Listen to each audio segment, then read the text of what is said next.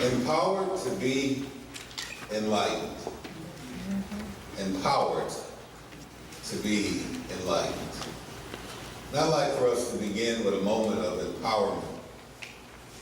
And I'm going to invite your participation by just quieting yourself, settling yourself, becoming relaxed right where you are, closing your eyes, listening to the words that I'll share with you. Process these words and personalize them as I speak them into your understanding. We are surrounded by, we are immersed in, there is in us that one life, that one law, the one life that animates everything, the one law that governs everything. Its love fills this place right here, right now, and always. I am grateful for feeling its presence. Every part of this building and all who enter in are saturated by its love and goodness. It blesses me now as it blesses each of you now. It restores me now as it restores each of you right now. Its divine light illuminates this place now. Its joy brings happiness to all now. I see that light. I feel that love. And I release this love. I know that it is done. Thank God. And so it is. He that hath an ear, let him hear what the Spirit says to the churches. To him that overcome, I will give to eat of the tree of life, which is in the midst of the paradise of God. And I will give unto him that thirsts water from the fountain of life freely. God has blessed each of us with a variety of resources and ideas. That means you and I and everyone we know has numerous talents waiting to be released. Just listen to that inner voice and pay attention to what it tells you. Deep within man dwells there slumbering power, powers that would astonish you, powers that he never dreamed of possible, forces that would revolutionize his life if aroused and put into action. There is a presence in the universe, which we call God, intelligence, law, which by the very act of his word creates an objective form, which is like his word. The word becomes flesh. We are some part of this creative order, and we cannot change our nature. Empowered to be enlightened. The ability to become empowered by Spirit has been spoken of by the ancients to the modern man, as I've just shared with you. I began with the words of empowerment given by John in the book of Revelation. I followed it up with the words of empowerment given by Russell Simmons. I followed that up with the word of empowerment by Orson Martin. And concluded with the words of empowerment by Dr. Ernest Holmes. In each instance, each one of these writers had a similar theme, speaking from the depth of their being about the power of enlightenment, reminding each of us what is at the core of ourselves. Now, let us all accept this one idea and accept it so succinctly, and that is this. We are spiritual beings living in a spiritual universe right here, right now. No matter where you may go, no matter what you may do, no matter what it is that you are feeling, no matter what it is that you are saying, no matter what it is that you are seeing, you are a spiritual being existing in a spiritual universe. And therefore, we've come today that we might empower the spirit of ourselves. Dr. Holmes says this in the Science of Mind textbook. He says, no matter what our emotional storm or what our objective situation might be, there is always something hidden in the inner being that has never been violated. There is something at the core of yourself, although never seen. It is there. And each and every time you awaken it, each and every time you touch it, each and every time you remind yourself of it, you empower yourself. And every time you become empowered, you allow yourself to become enlightened. It's just through the mere words that you speak, words that touch the core of yourself, that causes something to be awakened within, something that has always been there, planted from the very foundation of the world, that which called itself by your name as it arrived in this place at this time and in this space. This morning I'd like you to join with me in speaking a word to that something at the core of yourself by affirming the words with me. I'm going to share them, and then I invite you to say them after me. I am one with the presence, power, and love of God. I am one with the presence, power, and love of God. In our oneness, the revelation and realization of truth is given to me. Today, I am conscious that my life is God revealing itself through me as me. The greatness of my glory is revealed. And so it is. Now let's process what it is that you have just affirmed. You spoke once again about this presence, this power, this love, this idea of allness being at the center of yourself. You've identified with the God presence that is within you. You've affirmed that your life is God revealing itself through you, as you, by means of you. The ancients said it another way. They say, in him we live and we move and we have our being, reminding us that there is no way possible that we'll ever escape its presence, nor would we ever want to do that. And the more we identify with it, the more it identifies with us.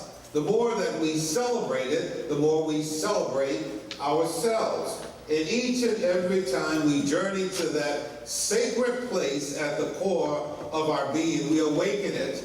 And in awakening it motivates us to be all that we can be. So when we enter into a space like this, we come that we might be empowered. And in our empowerment, we become enlightened beings. We become reminded of the truth of ourselves, and that is that we are spiritual. Yes. The next time you find yourself going through something that's not to your liking, the next time you find yourself dealing with some difficult situation or some difficult person, the next time you find even in your body pain and discomfort, remind yourself that I am a spiritual being living in a spiritual universe governed by spiritual laws, and God has placed me in charge of this thing that I call my life. Now, often oftentimes we'll give it over, and that is our power, to someone else. But we need to recognize that it's we that are doing that. We consciously decide to give someone else control over ourselves. But today, in this moment, what I'd like you to do is to take back control, to realize that God has given this to you. This is your gift. Now, it is time for you to use it. Yes. It's just as we are reminded by John himself as he spoke out through the book of Revelations when he said, I will give him that is athirst water from the fountain of life. That means that every time that we are seeking something greater and believing that greater is possible for us, greatness finds us. Every time we are seeking goodness and we believe that goodness is possible, goodness finds us. This is our inherent power. And every time we use that power to its opposite, and unconsciously we look for that which is opposite of good, it finds us. Why? Because we ourselves were looking for it. I want to share with you something I did the other day, a couple weeks ago, and it serves as a wonderful metaphor for today's experience. The idea of empowerment, becoming enlightened. And it was just before Easter. I went to the store and I bought these Easter lilies. And the plants that I bought, I want the plants to have nice sized buds on them, but I didn't want the buds to have blossom. I wanted them to open slowly so that I could observe their beauty. So I brought them home and I sat them in the light, the sunlight. And as the sun began to hit the plant, the blossom began to open. The more sun that it received, the more open it became. And the process was slow, and it went over a few days, but gradually the plant opened up completely. And when the blossom had completely bloomed, was able to see the beauty of the plant there and appreciate its beauty. Here was a beautiful Easter lily, completely blossomed, completely opened up. And as I looked at that plant, I thought about us. And I said, you know, we are just like this plant. We are that Easter lily. Set us in divine light. And we began to open up. Now, if we stay in that divine light long enough, we'll open up completely. And the more that we open up, the more of our beauty and our power begins to show. But if you take us out of that light,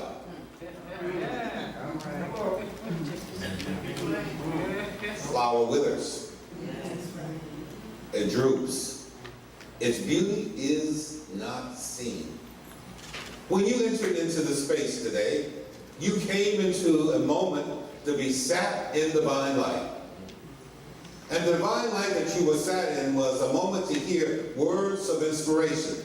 These are the words that if received in your mind, if you receive these words consciously, all of a sudden your entire being begins to open up.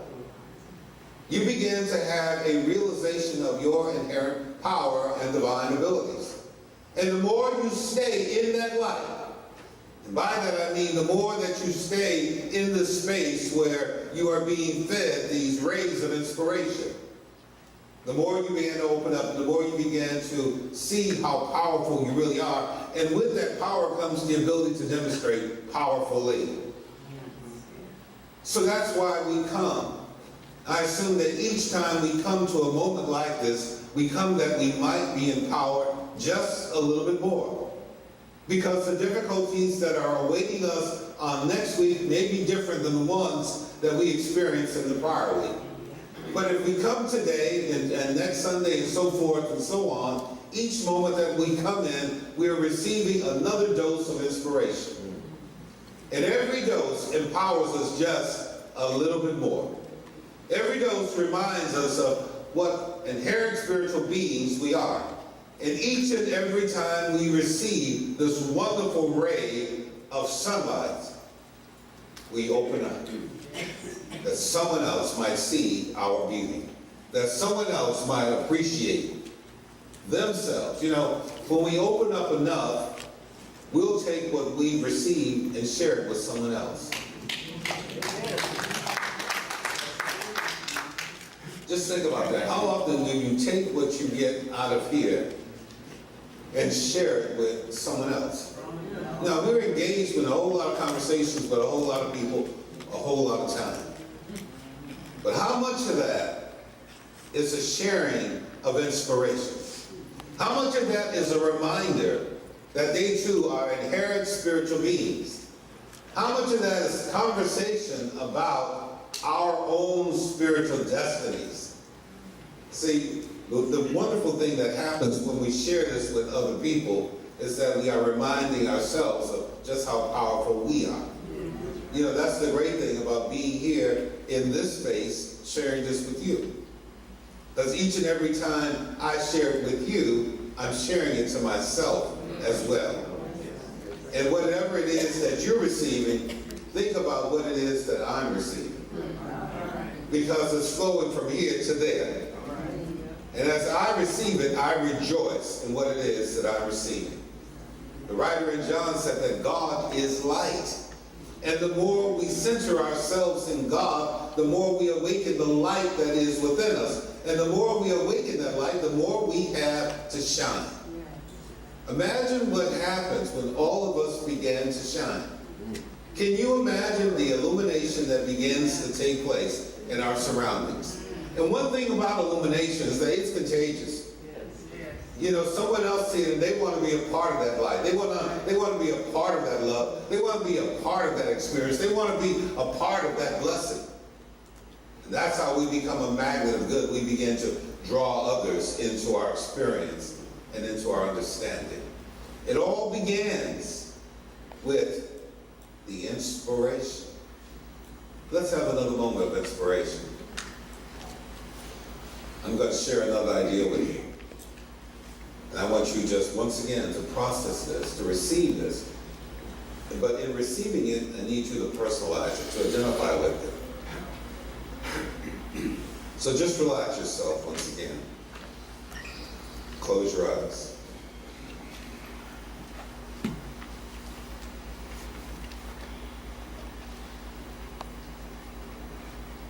There's one life.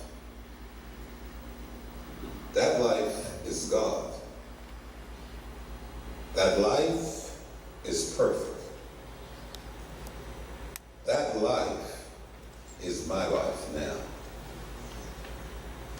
My body is a manifestation of the living Spirit. It is created and sustained by the one presence and the one power. That power is flowing in and through me now, animating every organ, every action, and every function of my physical being. There is perfect circulation, perfect assimilation, and perfect elimination. There is no congestion, no confusion, and no inaction. I am one with the infinite rhythm of life, which flows through me in love, in harmony, and in peace. There is no fear, no doubt, and no uncertainty in my mind. I am letting that life which is perfect flow through me. It is my life now. There is one life. That life is God. That life is perfect. That life is my life now. And for this understanding, I am so grateful. And so it is. You know, this morning as I came in and I saw the program, and in the program on the third page it had a list of names, and it said health challenges. Marie Sloan, Rosa Stallworth, James Wheeler, Donnell Johnson, Francis Woods, Bessie White, Doris Armstrong, Barbara Walker, Shirley Spice. And I thought, as I looked at this program and these names, there is but one life. That life is God. That life is perfect. That life is their life right now. Their bodies are the manifestation of the living Spirit. They are created and sustained by the one presence and the one power. That power is flowing in and through each of them, even as I speak, animating every organ, every action, and every function of their physical being. There is perfect circulation, perfect elimination, and perfect assimilation right where they are in this moment. There is no congestion, no confusion, and no inaction. They are one with the infinite rhythm of life which is flowing through them in love and in harmony and in peace. They have no fear, they have no doubt, and no uncertainty. And that's how I behold them in my mind. And I'm speaking that life is perfect in and through them. It is their life that is that perfect life, that is the life of God. And for that understanding, I am grateful. Yes. Imagine when you personalize the same thing for yourself. Yes. That is the inspiration that empowers you to become enlightened. That's how you look beyond an appearance and you see God everywhere present. See, we don't stop and get caught up in what it is that the physical eye is beholding. When we understand and accept without doubt that we are spiritual beings, it means that we have to look beyond the immediate and see the divine perfection that is behind it. So, in speaking that word for each of these individuals that are on this list, I'm seeing the God within them and decreeing that it is indeed perfect. And that perfect God rises up within them, even where they are. They're not here. They're not listening to me, nor do they have to be. Because I'm knowing the truth about them as I know the truth about myself. So affirm with me, if you will, right now into your own understanding these words. This life is God. This life is God. And this life is my life now. And this life is my life now. This life is God. This life is God. And this life is my life now. And this life is my life now. Now imagine for a moment as you allow that to just resonate at the core of yourself. And just reflect on that for a moment. This perfect life, this all-knowing life, this magnificent good, this wonderful, powerful being, this essence, this which knows everything, this is without limitation. Spoke a word one day, and everything that we see in the manifest universe came into being.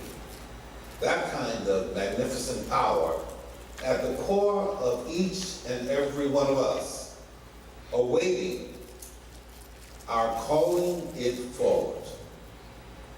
And we can call it forward always, and we should, not just when we're dealing with some health situation, but everything that is a part of our circumstance, we should call it forward into.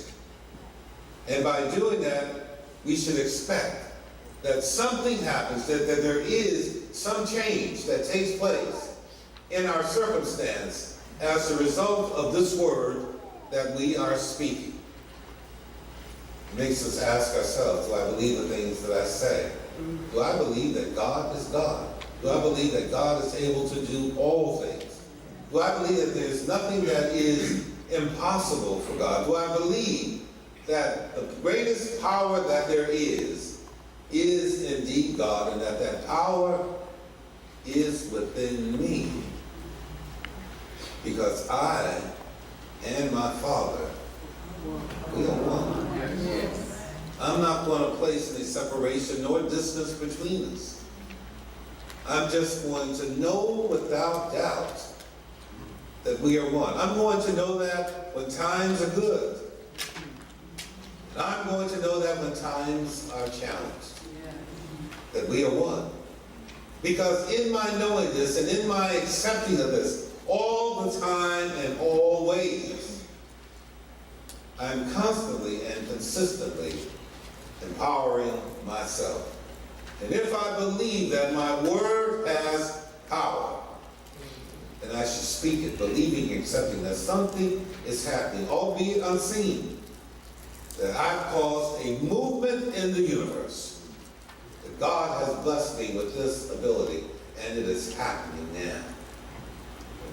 You know, a few weeks ago, Reverend Amon and I were kind of reflecting for a moment, and we were talking about the level of demonstrations and all the great things that were happening to those pioneers, our ancestors that were part of this whole New Thought movement and New Thought philosophy. Going all the way back to the 1800s and dealing with Quimby and the group of those that surrounded him and the great demonstrations that they were having. Moving forward to the late 1800s into the early 1900s and all the great demonstrations that were happening at the First Church of Christ Scientists. And then onward into the creation of the religious science movement here in Los Angeles in the early 1930s. All the demonstrations that were happening with the lectures that were going on from the Wilshire E. Bell, those that came to hear Dr. Holmes, and then how their lives blossomed as a result of being there sitting at the feet of these master teachers. And we said, then we fast forward to where we are now, and we look around and say, what happened? Amen. The writings have not changed. The information has not changed. What has changed? The individual consciousness, that's what's changed. The only variable are we ourselves, because the teaching has not deviated. So we look into our centers, and now we're calling ourselves spiritual centers. But are we really spiritual? But we look into our centers and we say, where is the level of demonstration? And I said to Reverend Amon, I said, you know, one of the things that we've done is that we have substituted entertainment for inspiration. That's what we've done. We want to be entertained rather than understand principle. We want to be entertained rather than to practice principle. We have nothing to talk about other than the entertainment. We have nothing about God that we're sharing with someone else. So where is our level of demonstration? You know, in those periods that I just focused on, there were all of this documented stuff about people recovering from all various kinds of illnesses. There was documented information about businesses taking off, careers taking off, people entering into and understanding these sciences and being blessed. And then all of a sudden we move forward to where we are now, and I said what's happened is that we have put cosmetic on the teaching. You know, we got all these different twists that we want to put on it these days. Well, what happened if we go back to just the basics and begin to understand once again just the pure teaching of the science of mind philosophy? You know, once upon a time, back in those days, they were not concerned about being associated with Scientology. That wasn't a worry. Why? Because people understood what it was that they were hearing, and they understood what it was that they were applying, and they understood what it was that they were demonstrating. And somehow, some way, we've gotten away from that. So you go, once upon a time, every religious science church that you went into, they were blossoming, they were at capacity. You go in one now, if you yell, it'll echo around the room 10 times. Because there are no bodies in there. Thank you, sweetheart. You look at all the other traditional churches, and they are blooming, they're blossoming, they're busting at the seams. And I'm happy for them, because truth is truth no matter where it's taught. But I think at some level, somehow, we need to get back to our basic understanding and be able to demonstrate truth within our own spaces. Because one thing about it, when you begin to teach it and you begin to live it, you begin to draw it. And every day we have that as an opportunity to do just that. And it doesn't start with our neighbors. It starts with ourselves. Yes.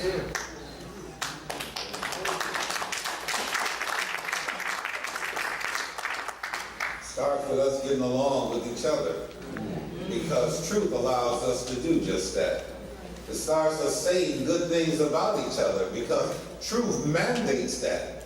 When we begin to understand that we are spiritual beings and stop making judgments according to appearances, we'll only have good things to say about each other.